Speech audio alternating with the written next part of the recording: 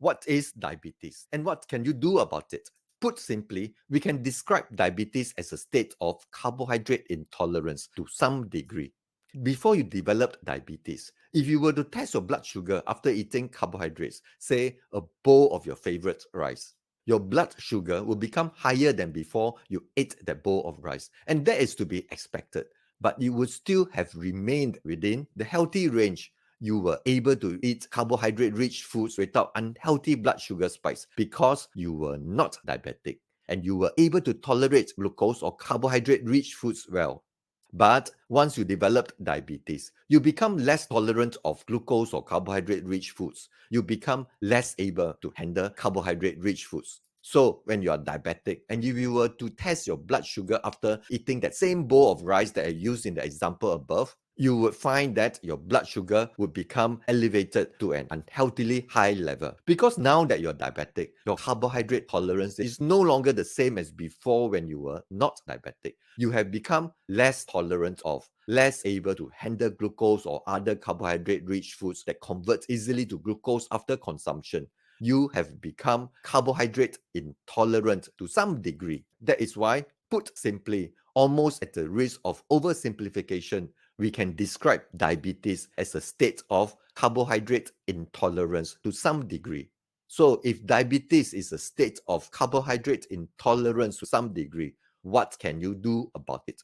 The challenge, the goal that you have if you have diabetes is this, that you must do whatever that you can or whatever that you're willing to make sure that your blood sugar remain in the healthy range after eating carbohydrate-rich foods such as the bowl of rice we have been using in the examples in this video. Even though you are now diabetic, even though you now have a degree of carbohydrate intolerance, your challenge is to try to make sure your blood sugar remain in the healthy range even after eating carbohydrate-rich foods.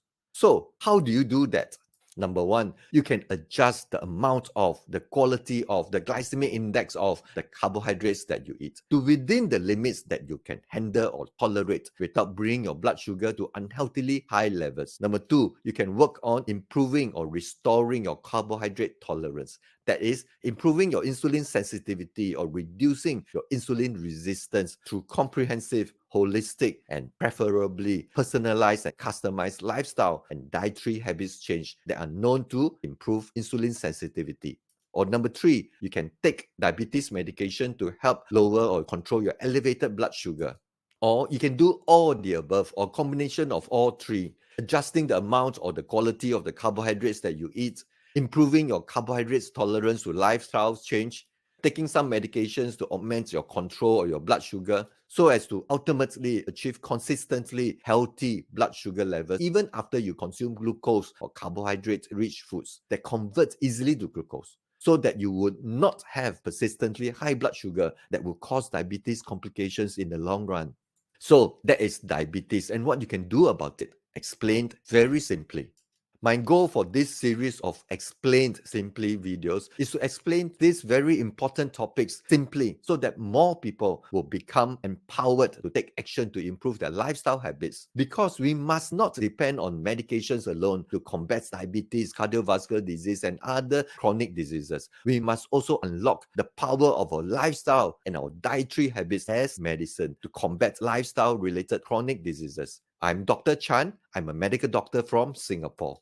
My passion and my work is in training and coaching people through one-to-one coaching, workshops, and programs to help them review, change, and improve their lifestyle and dietary habits to better improve their control of their diabetes, high blood pressure, high cholesterol, or other lifestyle and diet-related chronic conditions. Let habits be thy medicine. Live well and be well.